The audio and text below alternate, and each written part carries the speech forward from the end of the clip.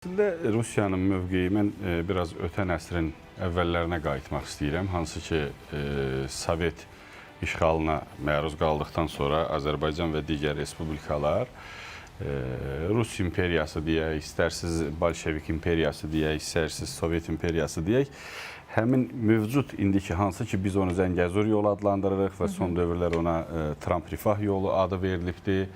Fərqi yoxdur. O yolun elə özünün bağlanması və Naxçıvanın Azərbaycanın digər hissəsindən aralı düşməsi və bu günə qədər də blokadada qalmasının səbəbi Sovetlər Birliyi olub və indiki Rusiya Federasiyası da özünü Sovetlər Birliyinin varisi elan etdiyi üçün mən düşünürəm ki, bu heç vaxt Rusiyanın marağında ola bilməz bu məsələnin, bu yolun açılması. O baxımından səfirin də açıqlamasında biz belə bir kinayə, bir ironiya görürük ki, yəni bu gürültülü addan başqa bir şey deyil. Amma mən düşünürəm ki, səfirin o kinayəsi özü üçündür. Çünki burada qərarlar artıq alınıbdır və mən ümid eləyirəm və mən inanıram ki, və Azərbaycan prezidentinin də mövqeyi bundan ibarətdir ki, mütləq və mütləq bu yol açılacaqdır.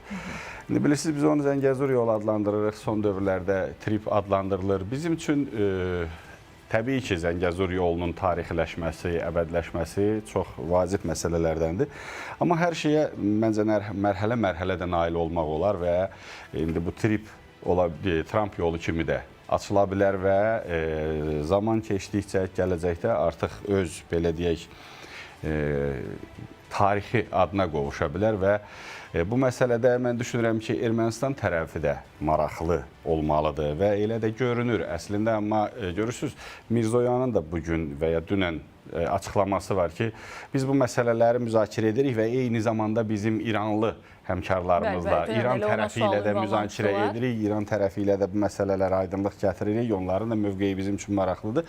Nədir məsələ? Görürsünüz, yenə də iki qonşumuz, həm İran, həm Rusiya gedən açıqlamaları analiz etdikdə belə başa düşülür ki, bunlar yenə də bu məsələlərin əleyhinədirlər və bu yolun açılmasının əleyhinədirlər. Yəni suyu bulandıran tərəflər əslində deyirsiniz onlardır, Rusiya və İran. Bu da bizim, belə deyək də, qonşular seçilmir, neyiniyək, yəni tarix taleyimizə belə qonşular düşübdür bizim.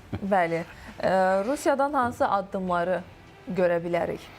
Rusiya indiki durumda və Ukraynada gedən bu proseslər fonunda mən düşünmürəm hansısa bir radikal addımlar atmağa çalışsın və bildiyiniz kimi artıq Ermənistan da seçki ilinə qədəm qoyur. Bir neçə gündən sonra seçki ili başlayır və 6 aydan sonra da Ermənistanda seçki keçiriləcək. Rusiya əsas bu məsələdə daha çox Ermənistanın da daxili vəziyyəti nəzarətə götürməyə çalışacaq və orada özünə bağlı olan qüvvələrin ya hakimiyyətə gətirilməsi və ya ən azından hakimiyyətə güclü bir alternativin formalaşdırılması, hansı ki, o təzyiq mexanizmini, təzyiq, belə deyək, rıçaqlarını əlində saxlaya biləcək güclü bir müxalifətin, indi biz onları revanşistlər adlandırırıq. Biraz sonra danışacağıq onlar barədə də bir məqam var. Bu formada mən düşünürəm ki, Rusiya tərəfi ona nail olmağa çalışacaq. Eyni zamanda Mirzoyan Rusiya ilə də bağlı deyib ki, Ermənistan indiki durumda Ermənistanın tam Rusiyasızlaşdırılmasına istəmir və ona getmir. Bu gələcəkdə baxıla bilər, amma görürsünüz yenə iki başlı danışırlar. Həm buradan Avropa İttifaqı ilə təhlükəsizliyi ilə bağlı müqavilələr bağlayırlar, hansı ki, o müqavilədə heç bu trip yolunun, Tramp yolunun heç ümumiyyətlə, belə deyək, onunla bağlı bir bənd, bir belə epizod belə salınmır ki, ora. Məsələn, Ermənistan və Azərbaycan arasında bu razılaşmalar, Vaşinqton razılaşması, bu barədə Avropa İttifaqı ilə olan onların razılaşmasında da göstərilmir. Və eyni zamanda Mirzoyan deyir ki, biz hələ də Ermənistanın tam Rusiyasızlaşdırılmasını istəmirik. Əgər bu gələcəkdə Avrasiya iqtisadi blokuna biz Ermənistanın üzvülüyü olarsa və ya Avropa İttifaqına Ermənistanın üzvülüyü məsələsi olarsa, biz buna yenidən baxa bilərik.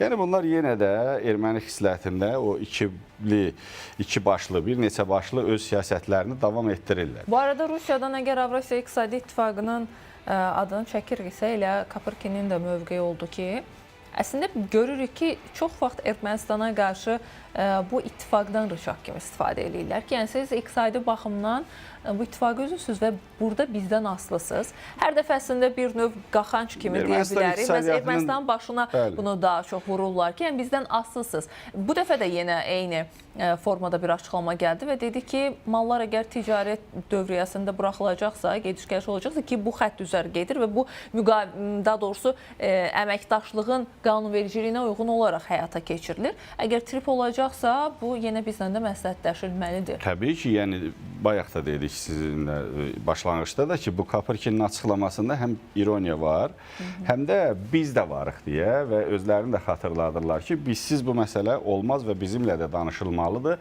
və hansısa indi gələcəkdə Azərbaycan tərəfi, Ermənistan tərəfi, Amerika tərəfi burada real addımlar atmağa başlayanda biz onda yenə də Rusiyanın bu məsələdə cığallıqlarını görəcəyik, bu məsələdə yenidən o işlərin belə deyək, tormozlanmasını, onun sürətini zəiflədilməsini və özlərinin varlıqlarını həmin vaxtı bir formada göstərəcəklər. Əslində Azərbaycan üzərində deyil də daha çox, çünki elə bir variant yoxdur Azərbaycanla bağlı, amma Ermənistan üzərində... Bu bizim marağımızdadır əsasən. Bəli, amma biri var ki, təsir göstərəcək variant olaraq, yəni asılıdır Ermənistan tərəfinə təzyiq göstərəcəklər. Hərbi birləşmələr var, sərhəddini qoruyur, iqtisadi bağlılığı var.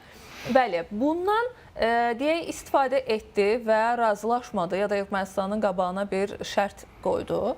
Amma nəzərə alaq ki, burada artıq sadəcə Azərbaycan, Ermənistan deyil, Birləşmiş Ştatlar faktoru da var. Türkiyədə yolların açılması məsələsi var. Və mali məsələsi Birləşmiş Ştatlardan gəlib. Razılıq verəcəkmi ya da ki, nəyi tələb edə bilər? Misal üçün, ittifaqdan çıxarmaq ya da ki, ixrac məhsullarına məhdudiyyət qoymaq, Rusiya bunu etsə, getsə... İnanmıram, Rusiyanın da axı bu dəqiqə çox şeylərə ehtiyacı var. Yəni, indiki mövcud durumda sanksiyalardan. Bəli, yəni o Rusiya əslində sanksiyalardan indiki zamanda keçmiş Sovet ölkələri vasitəsilə biraz belə deyək, tərəvəz məhsullarının, digər məhsulların alınması və burada təbii ki, Ermənistanın da rolu var.